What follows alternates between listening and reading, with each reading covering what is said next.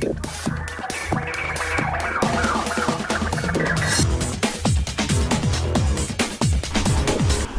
Viewers, বিনোদন জগতের সব খবর নিয়ে আপনাদের সঙ্গে এই মুহূর্তে রয়েছে আমি রিপোর্টার কুলসুম।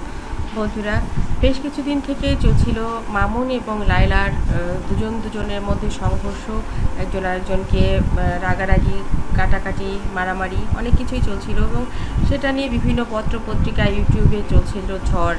এই ঝড় হঠাৎ করেই থেমে গেল গতকাল রাতে। ধর্ষণের অভিযোগে গ্রেপ্তার হলো এই টিকটকার প্রিন্স মামুনের অতীত ইতিহাস আমরা সকলেই জানি এবং লায়লা তাকে নিয়ে কতটা আশাবাদী ছিল, তাকে কোথা থেকে কোথায় নিয়ে এসেছিল সেটাও সকলেরই জানা। কারণ লায়লা একজন অনেক শিক্ষিত মানুষ। সে ঢাকা ইউনিভার্সিটি থেকে বিবিএ এমবিএ করা এবং তার ব্যাকগ্রাউন্ড খুব ভালো। সে জব করে একটা ভালো জায়গায়, তার ফ্যামিলি খুব ভালো এবং তার যে বাসা পরিস্থিতি, তার পড়াশোনা সব কিছু যখন আমরা দেখেছি তখন দেখেছি যে লায়লা আসলে প্রিন্স মামুনের প্রেমে পড়ে গেছে। ভালোবাসার সম্পর্কটা আসলে কোথায় থেকে কোথায় গড়ায় এটা কেউ বলতে পারে না। একসময় প্রিন্স মামুনের ফ্যান ছিল লায়লা। সে বেস্ট ফ্যান হিসেবে দৃষ্টি আকর্ষণ করতে সক্ষম হয় মামুন যখন টিকটক করতো তখন থেকেই লায়লা মামুনের ফ্যান এবং এক পর্যায়ে মামুন লায়লাকে খুঁজে বের করে এবং তার সঙ্গে যোগাযোগ হয়, কথাবার্তা হয় এবং লায়লার বাসায়, লায়লা ঢাকায় যেহেতু থাকার কেউ নেই, উচ্চ বিলাসের কারণেই সে লায়লাকে বলে আমার তো ঢাকায় কেউ নেই, আমি আসলে আসলে কোথায় থাকবো।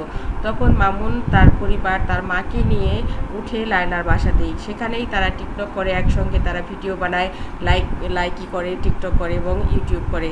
তো এই সমস্ত করতে করতেই দুজনের মধ্যে আরও সম্পর্ক গভীর হতে থাকে। লায়লা মামুন দুজনকে প্রচণ্ড ভালোবাসে এবং সেই ভালোবাসাটা ছড়িয়ে পড়ে, সবাই দেখে তাদের টিকটক ভিডিওগুলো, কেউ কেউ ভালোবাসে, কেউ কেউ খারাপ বলে। এই পরিস্থিতিতে মামুন অ্যাডিক্টেড হয়ে যায় কিছু বন্ধুবান্ধবের সহিত, যে বন্ধুবান্ধবগুলো তার লেভেলের থাকে এবং লায়লা সেগুলো থেকে তাকে বেরিয়ে আসতে বললে বরাবরই সে রাজি হয় না। কোনো এক পর্যায়ে তাদের সঙ্গে শারীরিক সম্পর্ক হয় এবং লায়লা তাকে বিয়ে করতে বললে করছি, এই তো করবো, এইসব বলে সময় ক্ষেপণ করতে থাকে। কবে করবা, লায়লা চাপ দিলেও সেটা কোনো কাজে আসে না।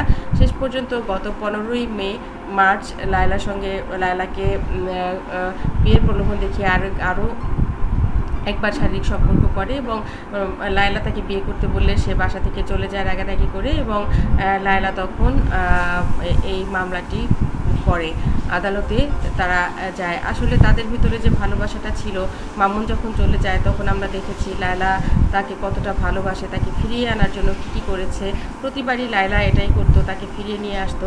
কারণ ভালোবাসার বিষয়টা তো, মনের বিষয়টা তো আসলে অন্যরকম। তো লায়লা তাকে অনেক বাচ্চার মতোই আদর করতো, অনেক বেশি ভালোবাসা স্নেহ দিত, কিন্তু মামুন সেটা আসলে তার পারিপার্শ্বিক অবস্থার কারণে ধরে রাখতে পারলো না। অবশেষে লায়লা মামলা করলো। দেখা যাক মামলায় আসলে শেষ পর্যন্ত কী ঘটে।